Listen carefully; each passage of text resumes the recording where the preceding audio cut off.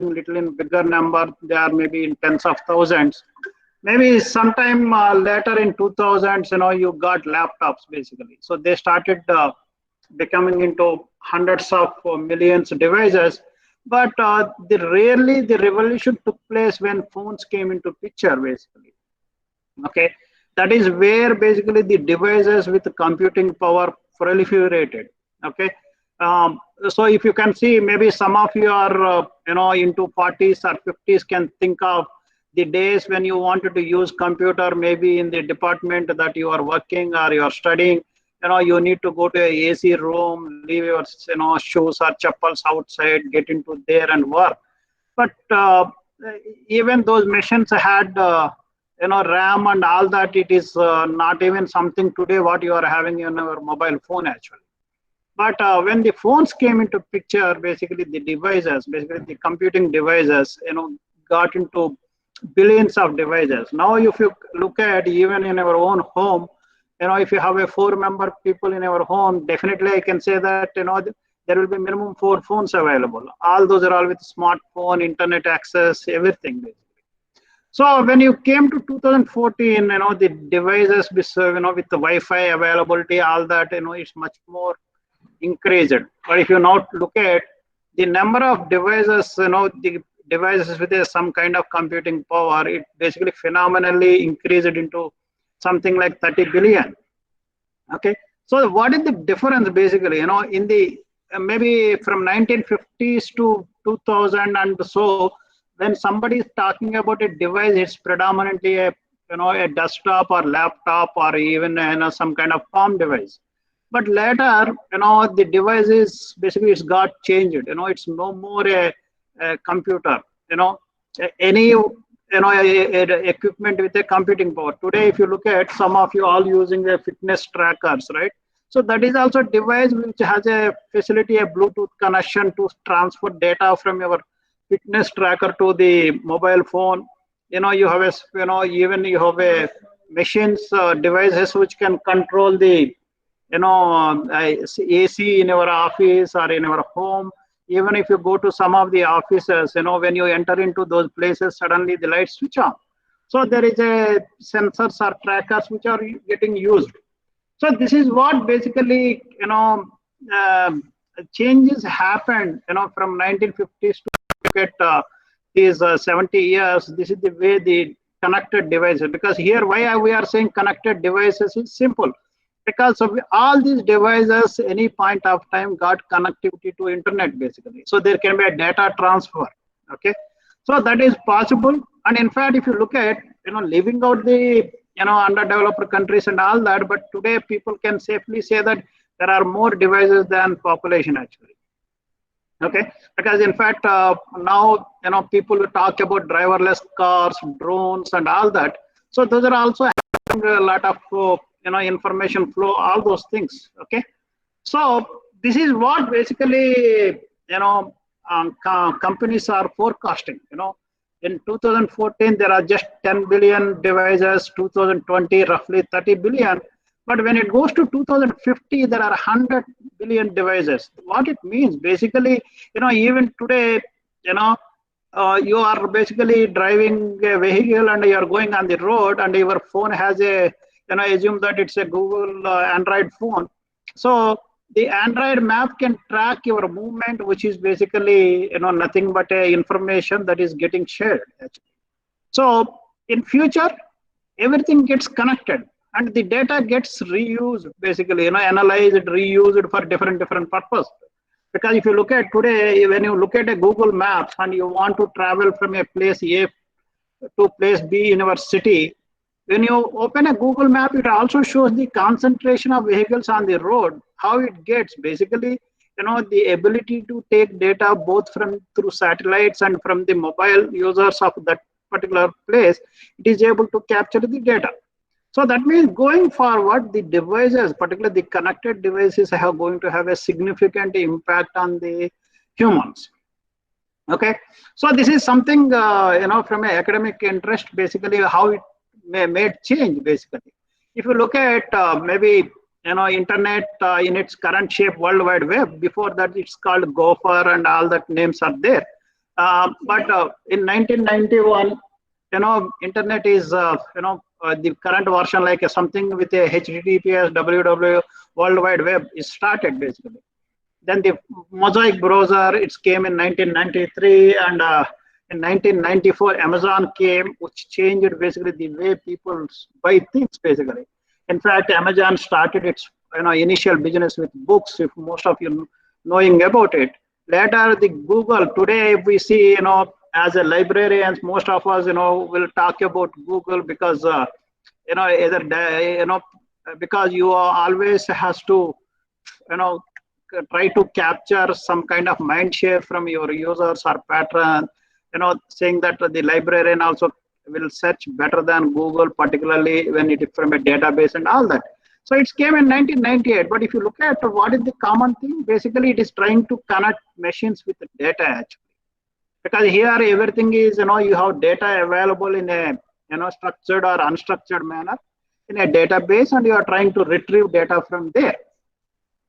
But later, particularly with the Facebook coming into picture, in 2004, and later Twitter 2006, now Instagram and all those things are also came into picture. But otherwise, what happened there basically, what is the main purpose there? It is connecting people basically. Okay, connecting people. Definitely, all the people will be, available on Facebook. We put a message saying that, today I am delivering this lecture, or I am attending this lecture, or I am went to this place, or all that kind of information we are keep on posting in Facebook or Twitter. It's basically here. It's connecting people and data. So now later, particularly in last 1 decade kind of thing, it's more about connecting people, objects, and data. Okay, so it's it's not just machine and data, or not people and data. It's basically a combination of all. That is where Internet of Things basically got its shape. So why connected objects we are talking basically, when somebody may be thinking that when we talk about connected objects, some maybe think it's just only equipment. But if you look at it in reality, anything can be connected basically. Maybe people interested in agriculture can also realize that nowadays there are sensors are deployed to test the soil quality or the water requirement, and accordingly plants are watered and all that. Similarly, in electricity, gas companies, all these things are deployed. So it's no more about connected objects is just some equipment. Basically, it is people, building, homes, factories, even textiles, clothes also. That's all possible. I have a couple of examples which we can see.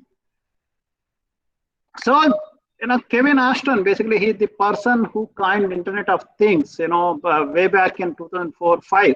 But the field came into prominence maybe sometime in 2011. But this is what, he gave sort of a definition. If we had computers that knew everything there was to know about things using data they gathered without any help from us, we would be able to track and count everything and greatly reduce waste, loss, and cost. So, we can say that he is the person basically, definitely, gave the definition for, Internet of Things. He is from MIT, so which basically made a lot of changes. So, going forward, so now, how this thing can work, this is all fine, Internet of Things.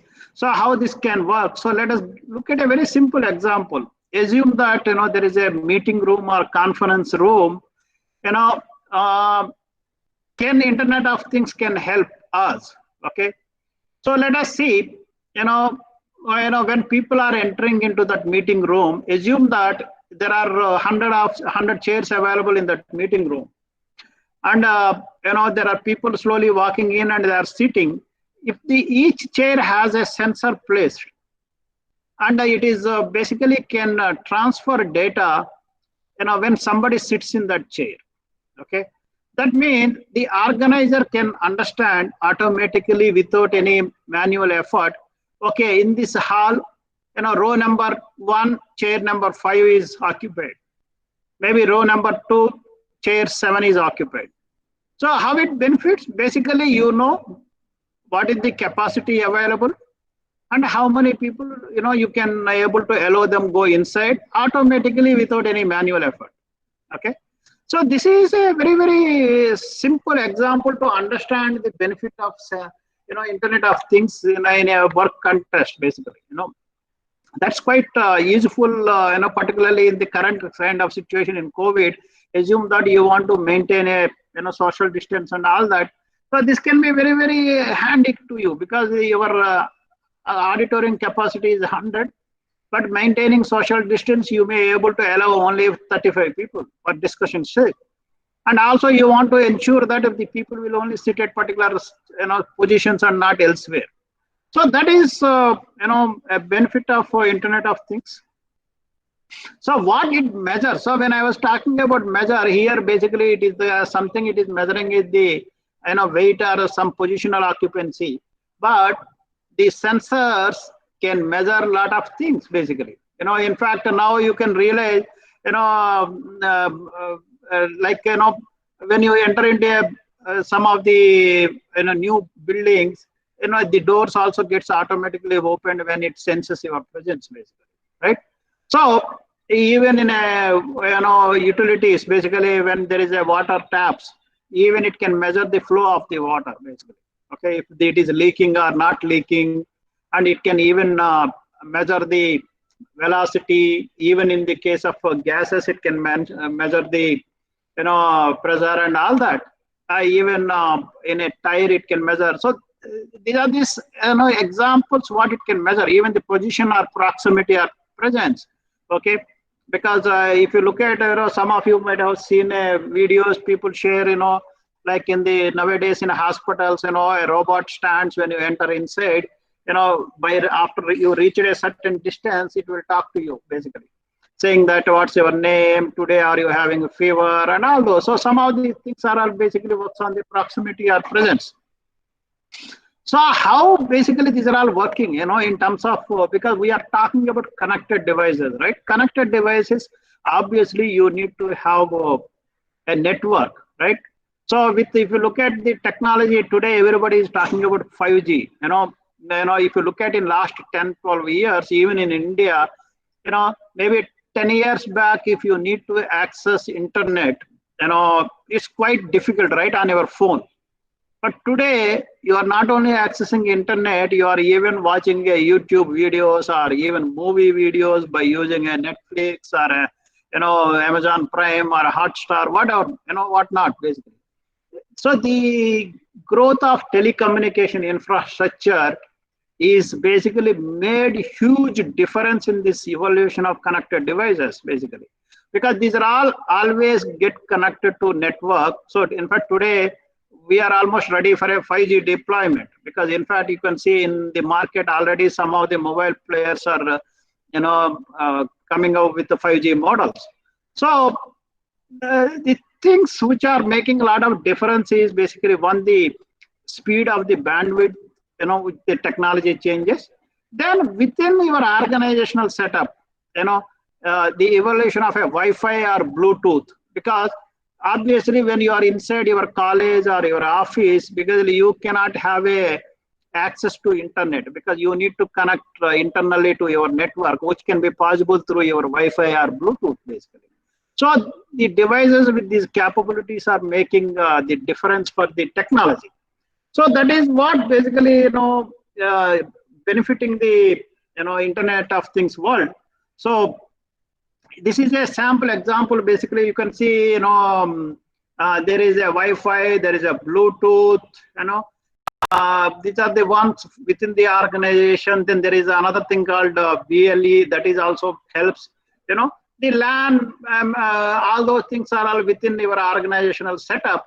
Wherever, all these things, when it gets connected to internet, basically either to a telecommunication network or a, satellite network, basically these are all gets connected to finally to the internet, basically. So how basically end of the day, this, if you don't analyze this information, it is not going to be helpful to you basically. Okay, because just for connecting, it is not going to helpful to you, right? Because you need to do with something with the data basically. So the using data analysis, now you can understand, a lot of people do talk about artificial intelligence, neural networks, deep learning networks, or big data. There are a lot of names we tend to hear. Even predictive analytics. So basically, when they connect all this data, they basically try to put it into use. You know. Let us, a very simple example can be, so these are the industries, different industries will use for different purposes. But let me give you a simple example. For example, not may not be in India. It is people are using it, but if you look at a US or Europe kind of regions, so assume that a particular area there are a lot of car accidents will happen. Okay, so if the particular person living in that region or frequently travels in that region, the guy, maybe insurance company will use that particular data, to increase the premium for those people. But assume that in another place, literally there are zero accidents, no thefts, nothing basically, So therefore, in those areas, maybe the insurance company will reduce the premium rates. Okay, all this they are able to take the data based on the connected devices basically. Okay, and also using the data from, because see, end of the day, in normal course, if you don't have these connected devices, the only information the company may have is that if there is a claim came and what is that claim. But here now they are also able to track the information where the person customer traveled basically. So in terms of infrastructure, you can see it is everybody realizes. So there is a networking, which uses gateways, routers, and all that. Then there is a communication services provider. Then you have a data center, all that. But left side you can see is kind of a infrastructure basically. Now a lot of you heard about driverless cars, drones, and all those things. So this is what people are using for different purposes. So in the interest of time, I don't talk about most of those areas, but the insurance is one simple example. Now the how part, these are some of the examples. You can look at in vehicles, autonomous vehicles. That means as 1 minute, sorry.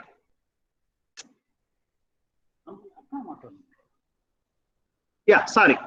So if you look at autonomous vehicles, there is a condition-based maintenance. You can take it about home, automation and security. Yeah, offices also security and energy. Factories, operations and equipment optimization. Then retail environments, automated checkout. Work sites, human, even health and wellness, all those things. Outside, there is the logistics and all those things you can basically look at. So in fact, some of these names you hear, smart cities, all those things, because here these are the people leveraging this industry using a different scenario. So this is one of the use case I will show you. Hopefully you are able to see the video.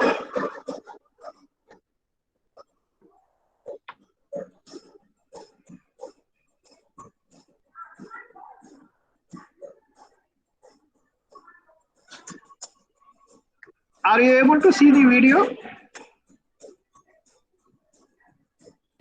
Yes, sir. Yes, sir. Yes. Yes. Okay.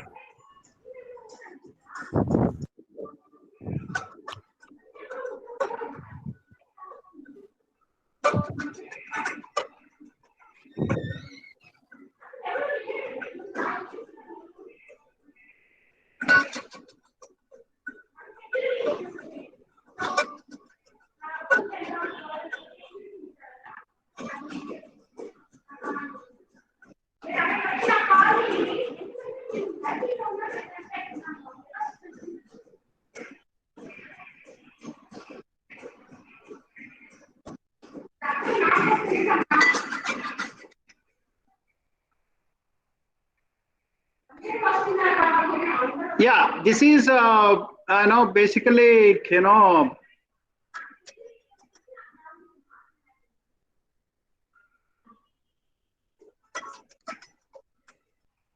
yeah. So this is one of the intelligent thermostat, to control the temperature, AC temperature and all that in the home.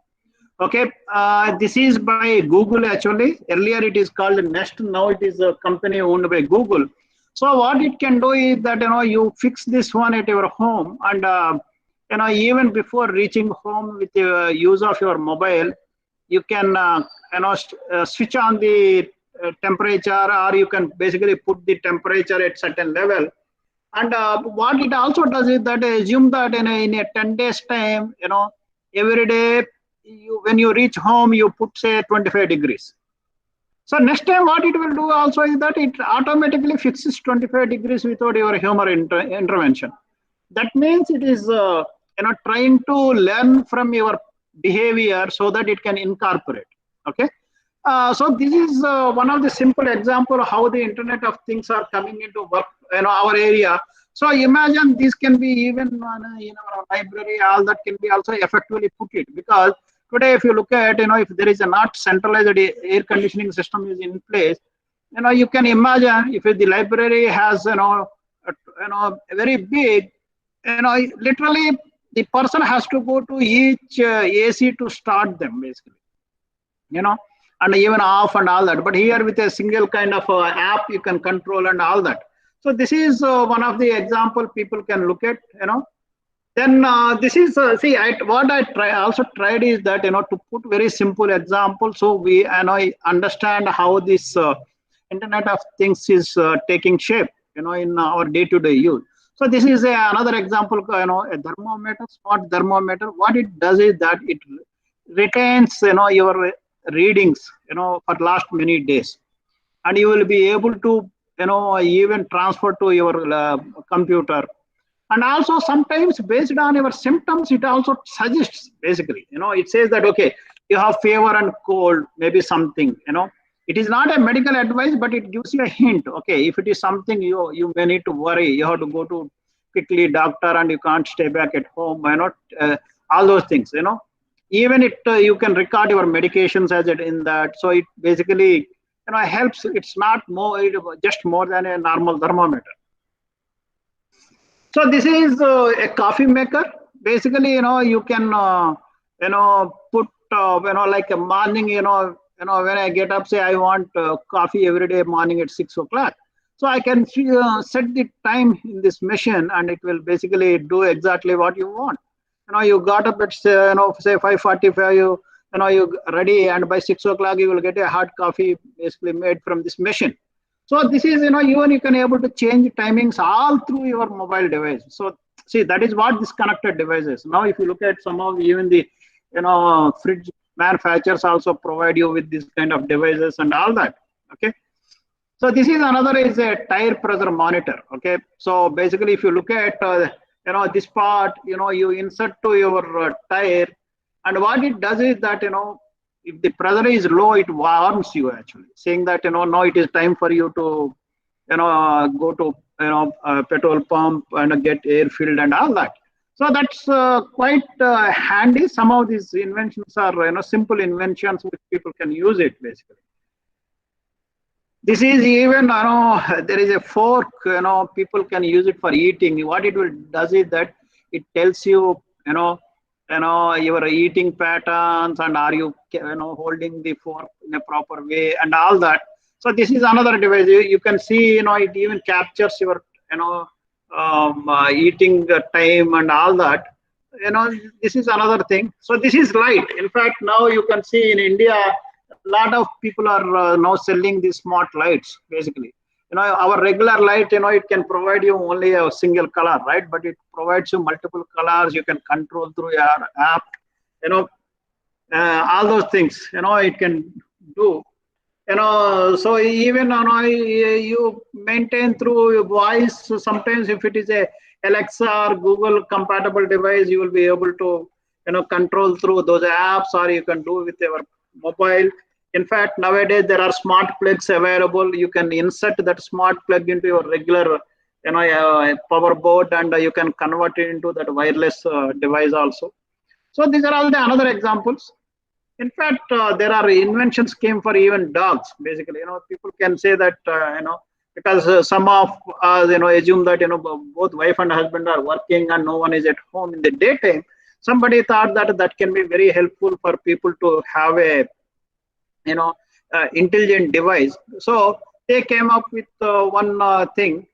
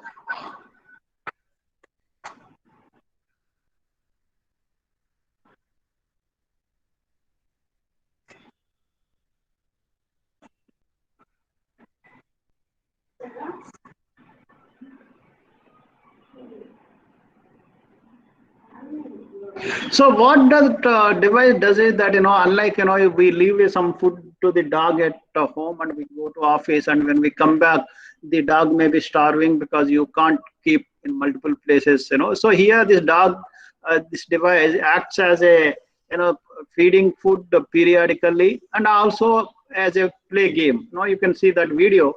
The another example is that the garbage bin. Basically, some of the um, uh, cities basically they deployed. So what it does is that it's a multi-purpose. One is it's a solar device, and there is a sensors put.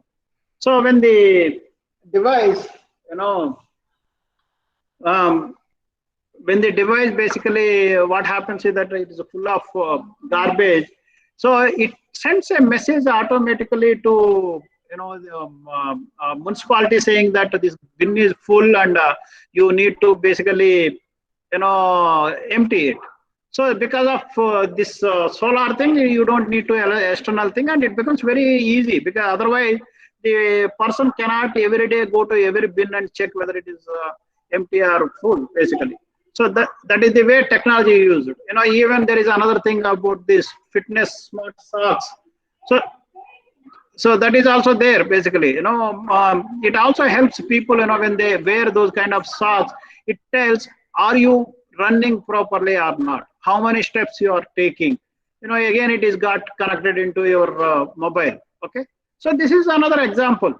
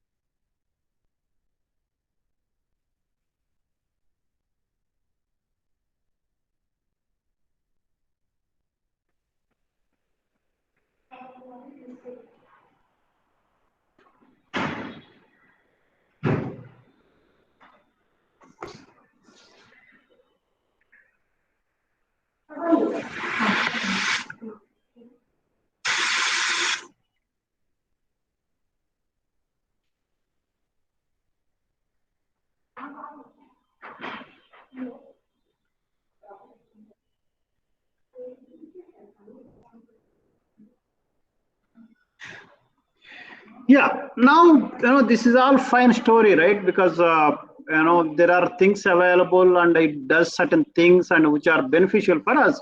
But are there any challenges, basically? Because the technology is fine. What are the challenges?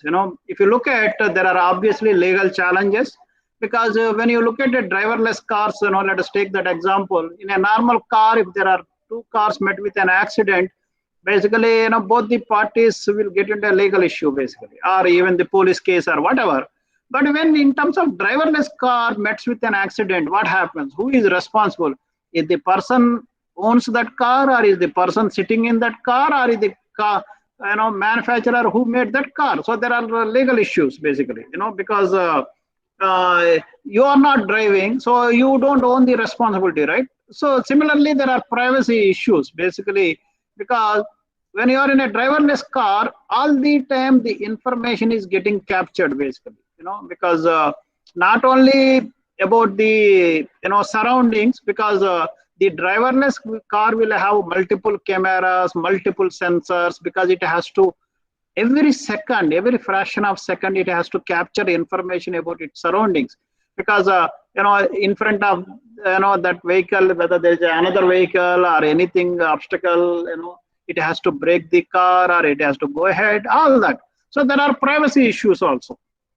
Similarly, interoperability, right? Because when we look at simple things like these things, uh, like today we all understand when we talk about interoperability, as simple as that, you are working on a Windows machine, I am working on a Linux machine, somebody else is working on a Macintosh machine. So one software works in one machine may not work in the another machine, right? So that interoperability also very important, because there are many different players are coming with their own standards. So how these different people things will work. But even if you look at today, there is a Alexa speaker, then there is a Google speaker, then there is an Apple speaker. Something we works with Alexa may not work with Google's thing, or something works with Google may not work with the Apple thing.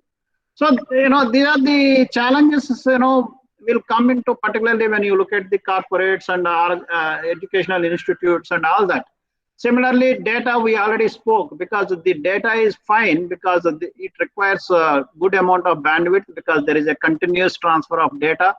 Then there is a data format, because it's important, because when you look at as simple as even in Excel, whether it comes into Excel 2016 format or 2007 format, or even it is a TST format or CSV format.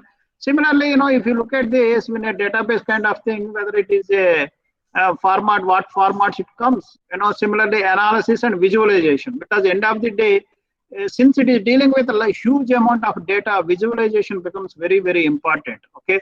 Because you need a different databases to analyze this data, different software and all that. Sometimes there are performance issues, okay?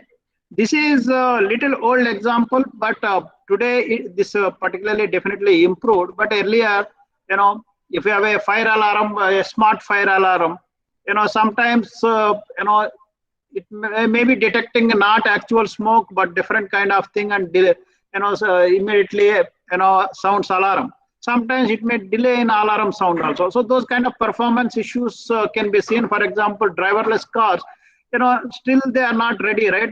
Now people are going to roll out, but it is not yet ready completely. Then hacking of these devices are quite possible, because obviously when you call Internet of Things, it's also nothing but a some device, a software using and all that, and so people can hack it. Okay, this is a simple example. When some in the US, when people started using the monitoring of babies, through remote cameras, like the person goes to work and the keeps the baby in a with somebody daycare center and all that, they can use their mobile to check. But somebody hacked those device cameras, and they were able to trouble the babies actually. Similarly, these are all real examples. It's not that you assume that you have a driverless car. Somebody can basically take the control of that car, right, remotely, and they can, instead of you are traveling from place A to B, they can actually take you from place A to C. Similarly, these cars will work based on the GPS signal. Somebody can spoof the GPS signals. So those are all something basically issues related. Of course, not they are happening in a large number, but these are the issues one can look at.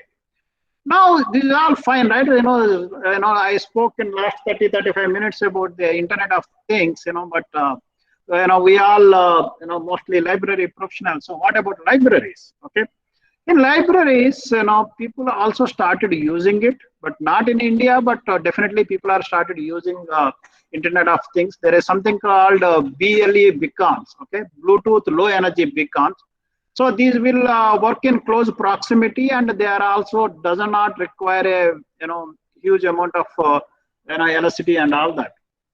So these are the devices now people started using. So how these can be used basically, one of the thing is that, this is one of the actual example I put it. So a person and basically enters the library. So it picks up, they install obviously the library app in their mobile. So when they enter, in the lobby, it picks up the signal basically saying that immediately it tells the basically, the person has, so many books are there, he is returning or came for renewal kind of thing. Even it gives them a message, saying that, okay, you have these books, you need to pick up, this arrived for you to catch and all that. So,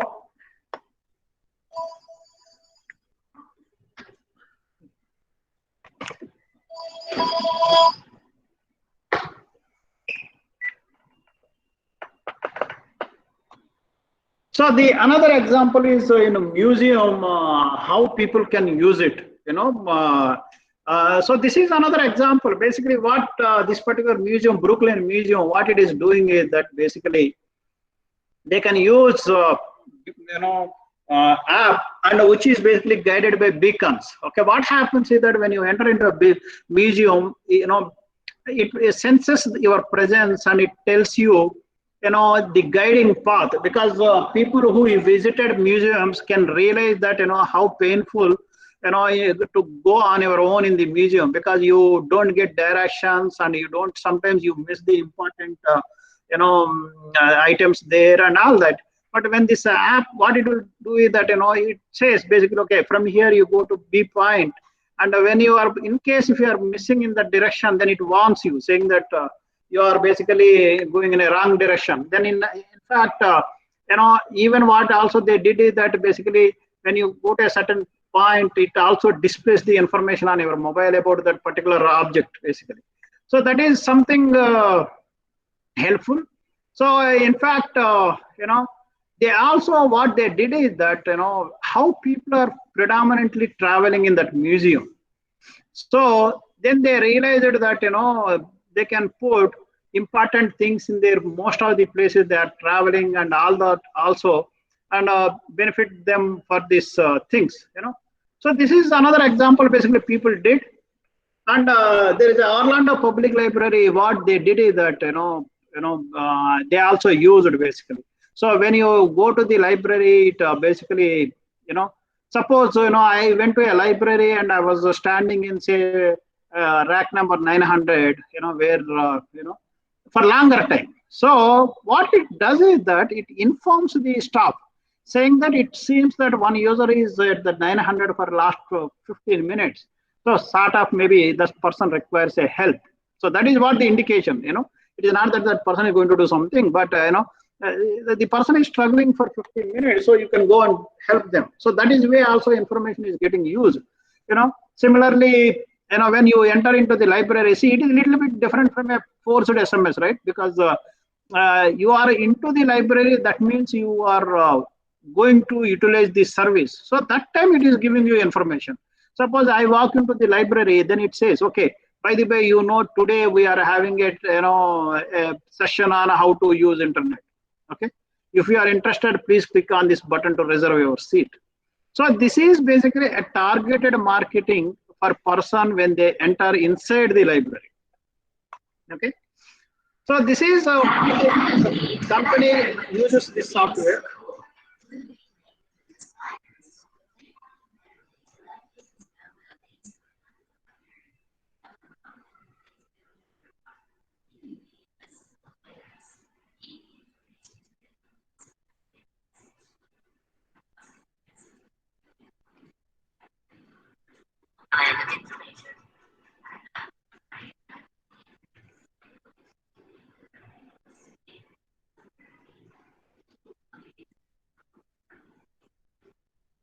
My cousin text messages. I'll give you a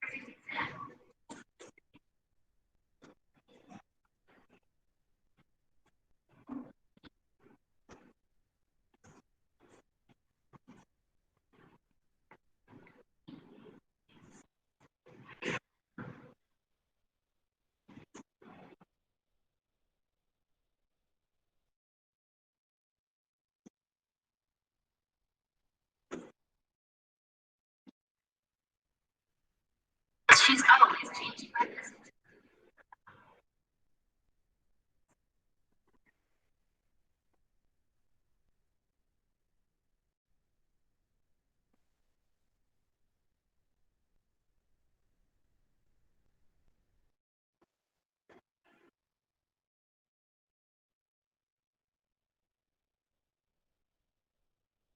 Just text the weird link.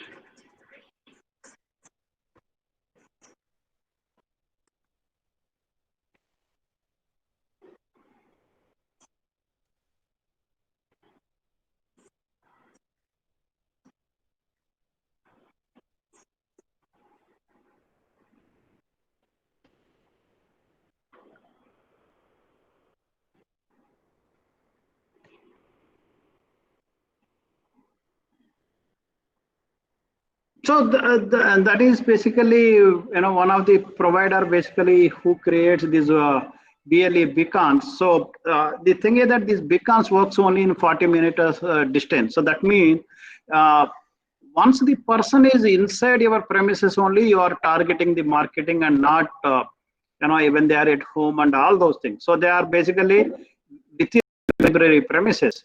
So if you look at how it is going to change the future library, possible users, some of them are already using. For example, University of Chicago basically deploys, robots to, pick and bring the books basically through a conveyor system to, the things. And some of the national libraries also even they use kind of sort of a conveyor system with where the books shelves are, mapped with these beacons and all that.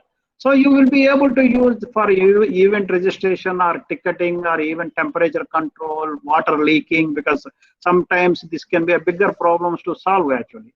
So here what happens that you will get automatically intimations, and when you have a sensor based systems, even it automatically stops you actually.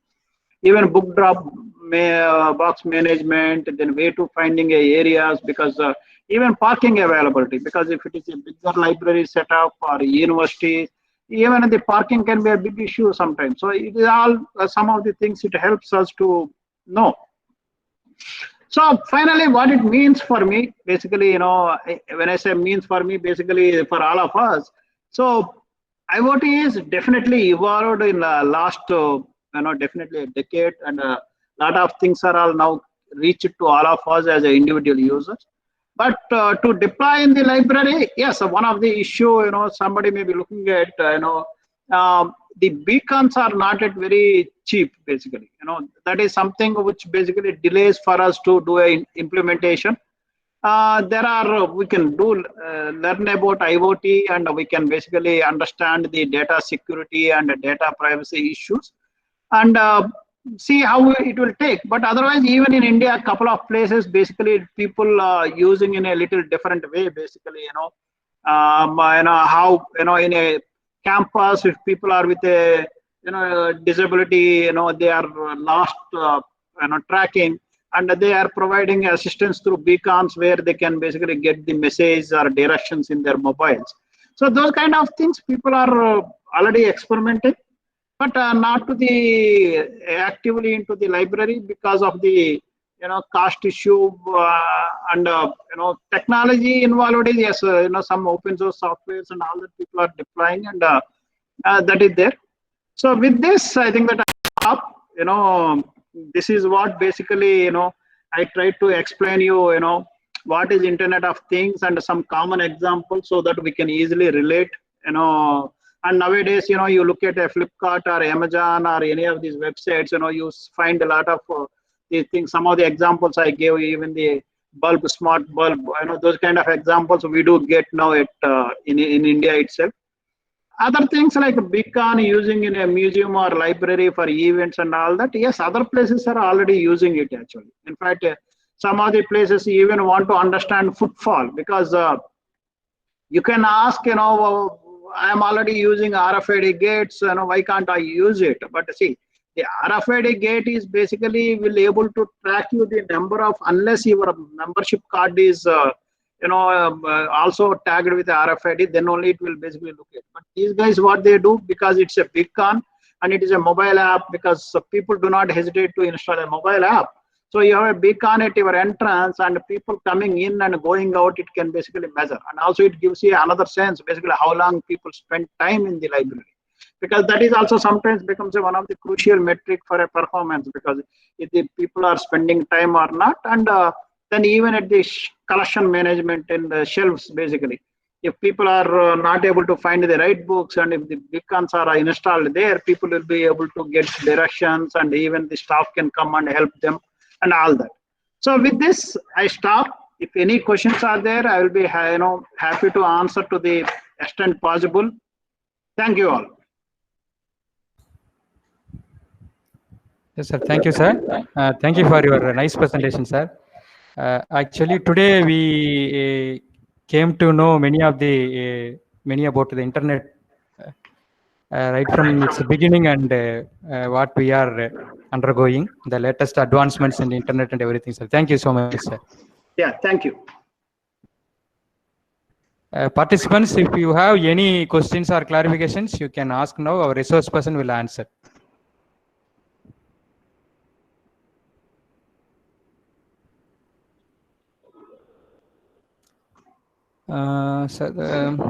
Some of them have given their feedback in the chat, sir. Just I will read out.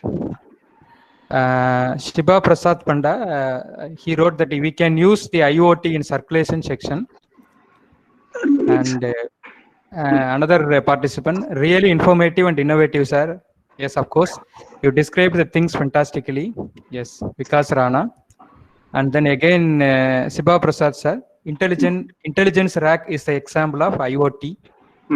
And Dr. Bhupendra Bansod, sir, these future gadgets are very nicely presented. If humans are using them, then they feel isolated. They completely depends on machines. They forget the social responsibility. Data hacking is more dangerous. Even today's Aadhaar data is facing problem. In this scenario, I don't think physical or print library will exist. Okay. Yeah, I think that I partially agree with Dr. Bansodji also. Yes, data hacking is a serious concern, no doubt about it. See, everything has its positives and negatives. Look at even the technology has its positive and negative. See, one of the positive thing I can look at is that because in this current COVID scenario, I may not be visualizing that I will be talking to people maybe from different parts of country as a webinar, right? Because if you look at, prior to March, there are a lot of seminars, workshops are happening in India, but predominantly it is in person. Today, you want to reach me, I know you have not hesitated to reach out to me, right? I am, for example, I am sitting in Hyderabad, but you thought that you can engage me for a talk, and you called me basically. But that's I see as a positive side of the technology. Yes, there are negatives, obviously. No doubt about it.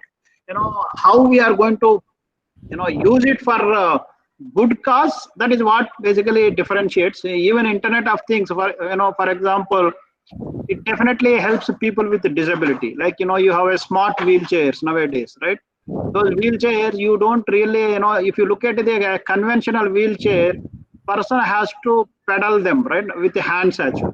So it is so painful for them. But now today you have a motorized wheelchairs with everything.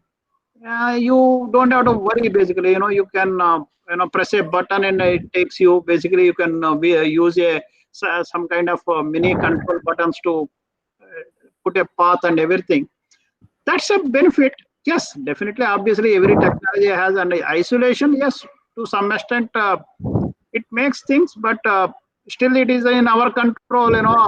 Whether technology will rule us or we leverage the technology. If the technology rules us, isolation and all that what Dr. Bansod is saying, it becomes possible because if you look at some of us, not all of us will use Facebook, but to what extent you want to put content there or you want to react is in your control. So yes, because definitely, yeah. Yes, sir. Thank you, sir.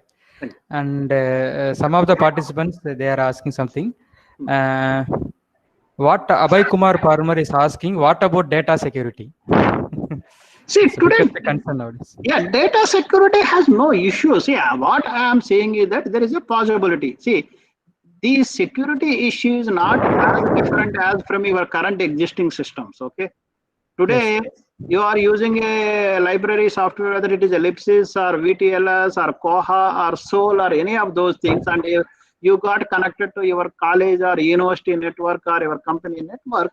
But anybody can even hack that network, right? So Yes, of course. security issues are not much different, basically. Okay. The only issue becomes here is that suppose let us give a hypothetical example. When I am started tracking to your movement, wherever you are going, I am able to track. That can be an invasion into your privacy, and I am able to put a okay. Kannan is basically every day at 8:50 starts from home, 9 o'clock reaches office, then again 9:20 he goes to canteen. I can be able to draw that kind of map. I may be able to misuse. So that Yes. issue is there. But security is not that much thing because there is encryptions are there. But if you look at the number of hacking incidents, if you look at the total, will be minimal. But sometimes if you keep your data, see, if you look at, if I am going to keep my Aadhaar card number in my Facebook, then I am putting myself at disadvantage, right? Yes, sure. If I put my name, then it is not much disadvantage. If I put my normal photograph, it's fine. But if I keep putting, today I went to this place and I keep putting or I went to vacation, that's an invitation to thieves to come and visit my house, basically. So that is there. Yes, sir. Even sometimes I think high security servers are also hacked by hackers. Right. It also happens in India. That's right. Not only India, but throughout the world. Yes, sir. Yeah. And then one participant, Anita Sharma, she asks, how far emotional intelligence is affected by IoT? Okay. IoT is basically, if you look at it, is a use of technology, and you are using as a consumer, but you are not putting back anything on your own. I know the difference between, say, let us take a Facebook. Facebook is where you put data and you basically take data. So that is where your emotional intelligence is coming into picture. Basically, suppose I put my photograph and I have say 200 friends in my Facebook network. Indirectly I am saying at least 100 people should like my photograph in next 1 hour kind of thing. So that is where it is impacting you emotionally, because you look at one of your friend and my friend got 200 likes in 45 minutes for something they put. It is not so great. So that emotional intelligence, particularly that is more issue with the teens actually. At least people in parties and all that may not be much issue, but teens and that kind of comparison and those kind of things. But when it comes to IoT per se, the emotional intelligence do not actually come into picture, because here some of your information or your leverage is you without actively participating. Okay, like You know, the example I gave about, you know, your fitness tracker. Best example is your fitness tracker, right? If you start worrying, like, you know, the fitness tracker, you know, any one of you using, you know, it also tells you your sleep pattern, right? The thing is that if you look at sleep pattern, it says that, you know, you have a sound sleep for say 5 hours. That is a positive side. But if it says that, you know, you have a disturbed sleep for 5 hours, then definitely it is going to impact your emotional intelligence. But as a matured person, the way I will look at it is that, okay, why I am getting a disturbed sleep? Is it because, you know, have I not, you know, had a good food today or yesterday, or I have not, you know, jogging or walking, you know, or putting the, you know, some physical exercise every day, or am I worried about something else? So I will try to control that factor rather than just getting impacted by that metric itself. Because if you look at, you know, if any one of you using basically Fitbit or, you know, Apple Watch or even MIA or any other thing, you look at that thing, it gives you beautiful picture. So to answer her question, yes, it can impact, but thing is that, you know, how you are going to take into picture. You see, I don't see the difference between a physical world and a digital world, because in physical world also it's quite possible, because right, you know, when I go, you know, after pandemic is over, you know, I will guarantee when I go back to my office, somebody may say, Satya, you gained weight, or somebody may say, Satya, you lost weight. You know, somebody says you lost weight, I may be happy, but somebody says you gained weight, then I may feel a little bad, right? Yes. So that's quite possible, you know, both these scenarios. But yes, Yes. there are issues, but how we going to react to that? Yeah. Yes. Yes. And few more observations. Siba Prasad Panda says, in smart library building, we are using more IoT concepts. And Anuradha said, good to have awareness of various automatic gadgets and evolution of devices since 1950 onwards. Then Muppidi Srinivasa Rao, thank you, sir, for accepting our request. It was an excellent session. Really, it was excellent and IoT and informative. Then again, Panda sir, thank you, sir, for accepting our request, and your presentation is very helpful to the building LIS professionals, library science professionals. And then Meenakshi Sharma, thanks, sir. It is really informative session. And finally, Lalita Rawat, thank you, sir, for the enlightening session. Right. Okay. Thank you all. I hope it gave some small glimpse about the Internet of Things. You know, just to conclude that I know that smart buildings, and, you know, you call any names. Yes, like, you know, a library which is, you know, like for example, I studied in University of Madras, right? If I look at University of Madras, maybe it's one of the, or University of Kolkata is maybe the oldest, one of the oldest universities in India. There, if you want to put smart technologies into picture, it is going to take little more time, because they have to do step by step. But a new library starts, you know, when I, you know, was in Pune that time when Management Institute was starting, because they started even in Hyderabad, Indian School of Business is there, because it got started only, you know, maybe 15 years back, okay, 15, 17 years back. So when they started new, they have an opportunity to leverage the existing technologies. Because, you know, you are a person, you know, like for example, even you look at library software, if you are the first guy to start a library software in India, you might have went ahead with one of the oldest software available at that point of time. For you to migrate to a new software, going to take a lot of time, right? Today, a new library coming, immediately they don't look at one of the old software. They look at what is the best software possible. You know, whether I want to go with Koha, I want to go with maybe, you know, a commercial good software. Same thing with the smart library buildings. Yes, I agree with that point, because some of the new buildings, like for example, recently Indian Institute of Management Ahmedabad got renovated. The Ahmedabad library got renovated. Okay, so that time there is some new technology got put it into place. Even a technology to help people with you know, vision issues and all that. So because it got a renovation, so they are able to put, you know, in fact, you know, if any one of you got an opportunity or living in that area, you can go and visit that place also. So whenever renovation or new building starts, yes, the new technology finds its place, but otherwise it takes time. I think with this, I will stop. I think that I overshot my time by 4 minutes. Thank you all. Thank you, Dr. Pandaji. Thanks, Anand. Thank you, Srinivas, for taking care of this thing. Thank you. Thank you, sir. Thank you, sir. Thank you, sir. Thank you very much.